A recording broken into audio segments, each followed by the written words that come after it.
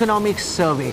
What are the key indications and what can we draw about what to expect in the Union Budget tomorrow? You're watching India Today and Business Today's live and continuing coverage of the Economic Survey first and then the Union Budget. I've got Siddharth Zarabi, Managing Editor, BTTV, joining me as well.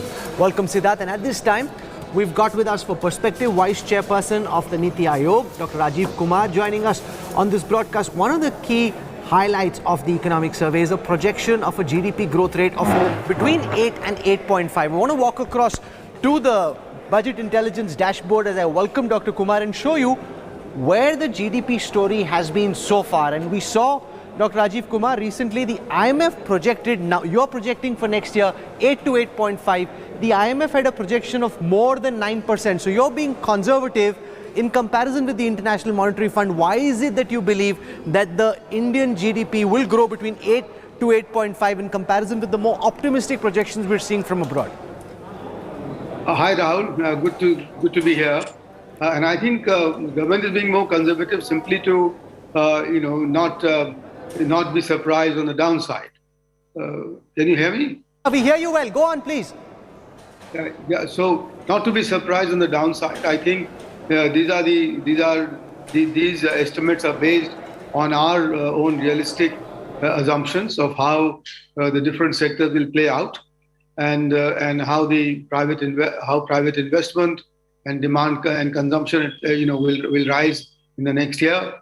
So I think it is always better to be surprised on the upside, and there is therefore, just like last year, the budget had very conservative numbers on revenues and on growth, etc. Similarly, this year, this government is in the business of making realistic assumptions and estimates rather than going overboard.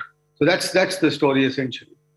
And the fact is that we are not sure about the uncertainty. And what the economic survey points out is that this government has now got into a policy approach which responds to the changing parameters, changing data, the variables, what it calls the agile approach. So as things pan out, and if we don't have the uncertainty because of Omicron, etc., these estimates will of course be revised upwards. Rajiv Kumar, what do you think the priority should be when it comes to next year's finances of the central government? Inflation control or continuing growth? Because you explained the context of the survey, which is for the current year. But if we look ahead, what priorities would you be setting? No, clearly growth, Siddharth. Clearly growth, simply because I think, one, the government, the finance minister's primary responsibility is the fiscal policy, and there we have done very well. I think there's a huge amount of fiscal space available for the government to ramp up its capex, which already rose by 15% this year. And I think the government should be doing whatever it can to ramp up growth in different sectors, both especially in manufacturing and in services, where agriculture has done well. Inflation, is a global phenomenon at the moment, and I think and it's not a demand-led phenomena. It's a result, surprisingly this time, of supply-side bottlenecks and supply-side constraints, and I think those are going to be taken care of as we go forward. And so, therefore, we can think about inflation being more transitory than permanent, and therefore, policy response should be to promote growth, rather than at the moment focus on, especially fiscal policy response, rather than to be focused on inflation. Just this afternoon, the government has announced through the DPAM secretary that Neelachal Ispat Nigam is being sold to Tata Steel Long Products at 12,100 crores. Over the last few days, we've had a lot of talk about Air India finally being taken over by the Tatas and that disinvestment going through. And on the budget intelligence dashboard, I want to show our viewers where you are in terms of the target which was given for the previous year, which obviously won't get realized. And that's been the case. If you see from FY16 onwards, where 61% of the disinvestment target was realized, then in FY20, 48% was realized, 16% in FY21. The target for this year was 1.75 lakh crores. You're nowhere close to achieving that. Are you hoping that the Indian disinvestment privatization story will finally kick into fifth gear, Dr. Kumar? Absolutely. You're just right to talk about the fifth gear, because I think the Neelanchal Ispat announcement along with the Air India now shows that the public support is behind this move. And this is very big news. Both of these have been announced. The LIC IPO has been announced, and that will get in a lot of funds, etc. And I think the target again will be substantially achieved in the next 2 months, which remain in this fiscal year.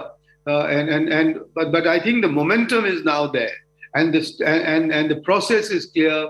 The machinery is well oiled, and as I repeat myself, the public support, in the public domain, is now behind improving efficiencies in the public sector, and that is what makes me feel very optimistic that finally we've got this act together, and we will be able to drive much higher efficiencies in the public sector through privatization, through public-private partnerships, etc. And don't be surprised if you hear more going forward in the next 2 months, apart from the LIC, which is going to be a big deal. This investment of the LIC, where I'm sure even the foreign investors will be allowed to participate. So privatization is finally now off the blocks in a firm way, and will be achieved, and will achieve its targets going forward. Well, Rahul, Mr. Kumar makes an important point, and if we were to use a tennis analogy, it's like being down 2 sets and coming back on disinvestment, because you want him to do a Rafael Nadal. Clearly something is going to happen. 2 quick questions. The first one, do you think Bharat Petroleum is off the radar because this global move towards clean energy and the pandemic impact, Mr. Kumar, and then I want a quick follow-up on that. No, I'm not sure about Bharat Petroleum at the moment, but I think you're right. The investor interest could be a bit weak, but at the same time, the petroleum prices are now beginning to go up again. So there could be again an active interest. But I'm not privy to what's happened to BP. But let me say that's something still in the pipeline as we go forward. Mr. Kumar, explain to our viewers, and many of them have paid through their nose when it comes to fuel excise. In November, the government did cut it, and that was a relief. And the government has always been saying that prices are free, in the sense that companies are free to set them every day. Then why for the last 80 plus days have oil companies not raised prices? Is it because of elections? And this is during a period where crude oil has gone up almost 50%. How do we trust the management of the oil account and the excise duty management that we have seen over the past year? That I don't know the nitty-gritties of how the oil companies work, but I think there is a difference between global oil prices and the average price of the Indian basket, as it is called. And the Indian price of the Indian basket is very often based on long-term contracts that have been reached in the past. And these might well be supplies that are coming in at prices which are settled earlier, before the rising prices, global prices took off at this point of time. So it just could be a lagged effect, and you could find that the oil companies will adjust their prices in line with the rising oil prices as we go forward. But I mean, the difference between global oil prices and the price of the Indian basket should be recognized. There's been a lot of talk, Dr. Kumar, about a K-shaped recovery. The fact that while the government only talks of a V-shaped recovery, talking about a quick bounce back, those at the lower income strata of the economic pyramid have actually got poor. I want to show you unemployment numbers on the Budget Intelligence dashboard and get you to talk about your thoughts on the economic recovery that we're seeing actually being K-shaped. Because if you look at data put out by the Center for the Monitoring of the Indian Economy, for December 21, which is the last data set that we have, the monthly unemployment average has been about 7.9%. And given the fact that unemployment is high, given the fact that especially in rural India, amongst those who are poorer, there's been distress, as also amongst the urban poor, how do you see the government grappling with the challenge of the recovery being K-shaped? Yeah, Rahul, the government's focus is on generating employment. And that's the focus which has led us to declare the production-linked incentive scheme across 14 sectors, with an outlay of 1.97 lakh crores. Now, these sectors are expected to generate more than 60 lakh jobs in the manufacturing sector. And not only that, but I mean, they will attract, they will crowd in investments in their vendors, in their, in the supply chains, etc. So that's what is going to drive, drive employment upwards. Furthermore, the government, cognizant of this, has, as you know, now got the 3 labor laws to be codified, and these will be notified very soon. Moreover, along with the PLI schemes, you've got the cleaning up of the regulatory burden, or the compliance burden, and the redefinition of the small and medium enterprises, so that they can now begin to generate more employment. Finally, I think the export story, and the exports, as you know, are employment intensive.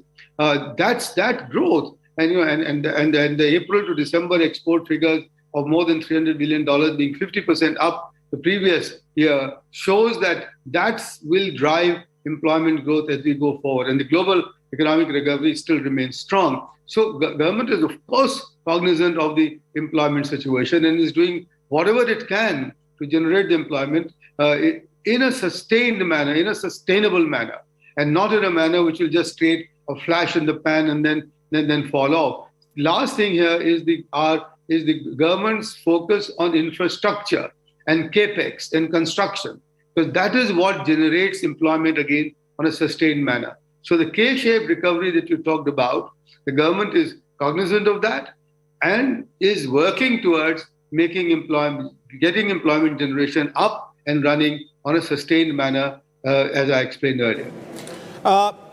As an economist, Dr. Kumar, how would you respond to these concerns that this K-shaped recovery also has another element? The rich have been getting richer. The poor, while they've been supported by the government, and there's no denying that, there is considerable stress in the low income groups. And you have a situation where your government cut taxes in 2019 for corporate India to boost manufacturing. Again, welcome. But look at the Aam Aadmi. Medical expenses have gone up. Health insurance is taxed every year, annual premium at 18%. The Aam Aadmi, the taxpayer, the middle class is sandwiched in between a situation where perhaps not enough attention is being paid to them. How would you respond to that as an economist? Siddharth, as an economist and as a citizen of the country, I have to say that I don't agree with you that the government has not paid attention to the middle class. The government has launched the Ayushman Bharat with 60,000 crore outlay to take care of the medical health expenses of the middle class and the lower middle class. The government has transferred 1,40,000 crores for 11 crore rural households to take care of them. The government has taken care of the food grain requirement of nearly 80 crore of the people, and giving them free food grains going in the last 2 years. The government has now vaccinated more than 150, delivered 150 crores and 90% vaccination. So the government is, of course, taking care of the middle class and of the poorer classes. All these schemes that are either, that you talk about, the water, the Jal Jeevan mission or the others, are all there to take care of those who are at the bottom of the pyramid. So therefore, this government, of all governments, I think, is sharply focused to ensure that the living standards of either the middle class or of those at the bottom of the pyramid do not deteriorate despite the shocks that we have received in the last 2 years. Dr. Kumar, what's the thinking in the government, and particularly the Niti Aayog at this moment, when it comes to cryptocurrencies? There was a lot of chatter about the government possibly coming out with a cryptocurrency regulation bill in the previous session of Parliament. That ultimately didn't happen. It was held back for a later day. Where are you now in terms of the thinking within the government on how to deal with the whole phenomena of digital currencies? I mean, this is, Rahul, I have to put a straight, very clear caveat that this is a personal view that I'm putting forward and not that of the government. And I have to start off by saying that this crypto genie is out of the bottle. And this genie cannot be put back into the bottle by any means. It's what some people have called it is unstoppable, given its nature, given its structure, given that it is so decentralized and it is what is called a trustless-based system that people are getting onto it and going forward. So what we think is important is to devise the right kind of regulatory framework to make sure that that consumer interests, the young people or the old middle class people who invest on this are properly protected. So what therefore we need is to design a regulation that are saying that on ramp and off ramp activities of the exchanges are properly and sharply focused, so that they do the proper KYCs. They are in the business of not admitting Ponzi schemes on their exchanges, and they are regulated as best as we can. Can I press you further to explain what you see as being the ideal regulation? You've obviously got a framework in mind. Who do you see play regulator? Who do you think should be entrusted, and how do we ensure that customers aren't taken for a ride? Those are questions that are, of course, on the table at the moment. You're right in asking those questions, but I'm afraid I'll not be able to answer those.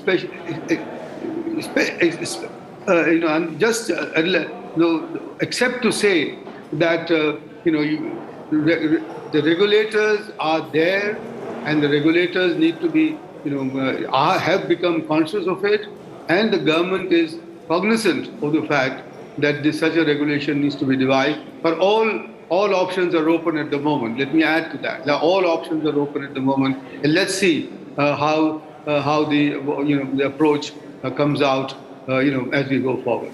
One quick question, Dr. Kumar. In 2015, the NDA government said the direct taxes code needed to be relooked, and we haven't heard much.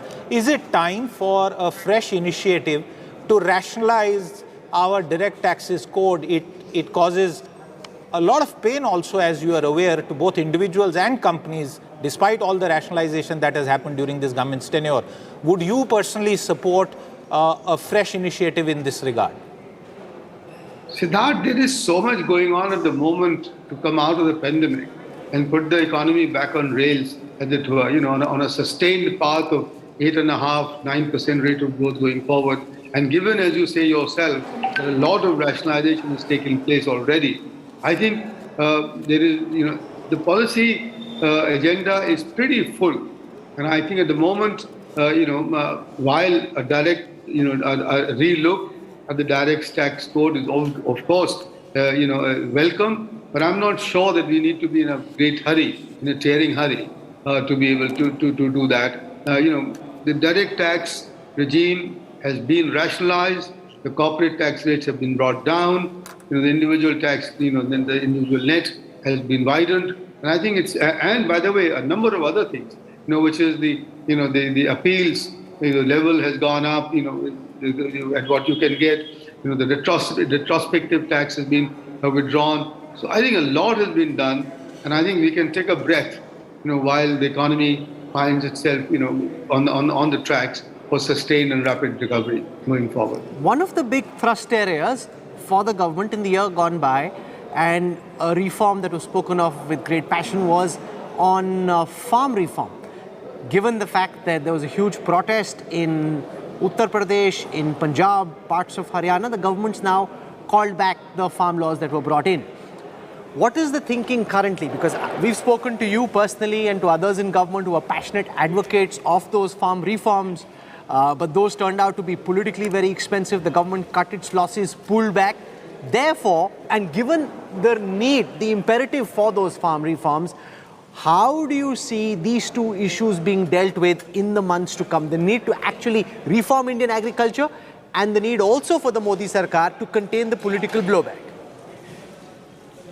Yeah, Rahul, I think it's too early days for us to now comment on the follow up on the reform on the farm laws that we've got. I think at the moment the Prime Minister's focus on the propagation of natural farming, which is meant to improve farmers' incomes, improve agroecology, improve the returns to the farmers, as well as cut down costs and reduce the consumption of water, etc. I think that's what's going to be most important to help the poor and the marginal farmer, and the small and marginal farmer. I think let's focus on those. and let's come and provide the marketing and logistics support for our farming community before we go back to a review of what else might be needed at the moment, in place of the repealed farm laws. No, but can I press you further to say that when the farm laws were brought, changes in the labor code as well, there was a sense in India and internationally that finally the government seemed to be finding the appetite to push ahead on tough-to-bite reform. Given that you've now pulled back on reform, you're very cagey and very naturally so about saying anything about what might happen in the future. Would that then suggest, while we're seeing privatization play itself out, would that suggest when it comes to structural reforms in the way the governance architecture exists, the government would now be wary? You've got UP right now, you've got Gujarat later in the year, and therefore, let's not take a panga, let's just go a little easy. You guys are the political pundits. I'm not. I restrict myself to the economy and the economics. And what I want to say here is that this government has not been shy of taking the toughest structural reforms, in its tenure. It has taken a large number of them, whether it's the GST or it's the IBC or it's the banking sector. They have announced the last budget, the banking sector privatization. It's the privatization itself, which was hanging fire for years together. I think this is one, and I was in the government during 91 to 95, and so therefore I say this with some experience, that the toughest of reforms have been taken by this government, and will have laid the foundation for, in my view, a sustained, rapid, and equitable growth going forward. So let's not talk about the government being, scared of reforms. At the same time, as the economic survey points out very nicely, is that this government is also in the business of having an agile approach to policy making, an approach which maximizes flexibility, and an approach which responds to the changing indicators, economic indicators in real time.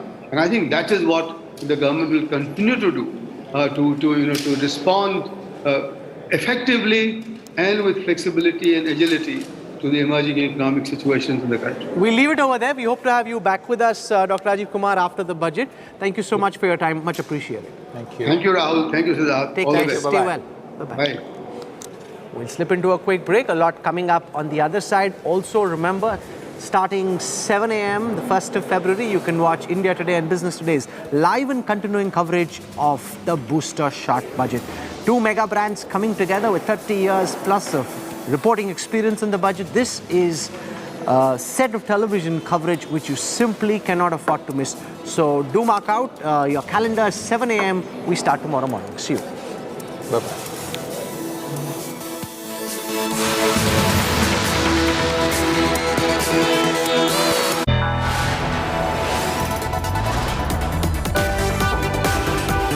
You are watching India Today.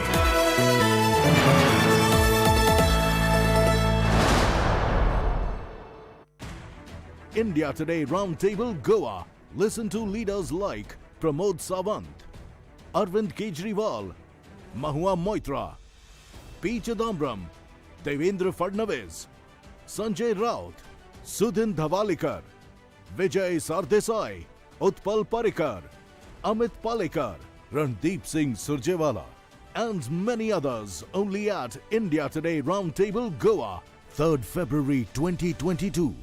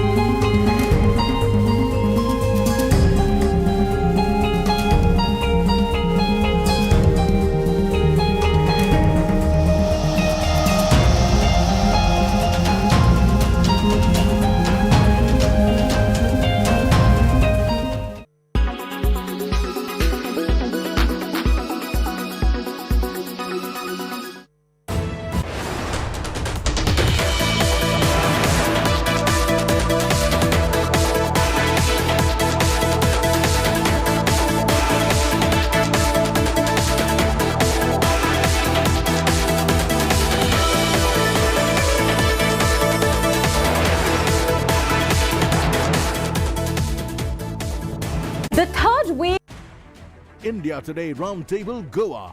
Listen to leaders like Pramod Sawant, Arvind Kejriwal,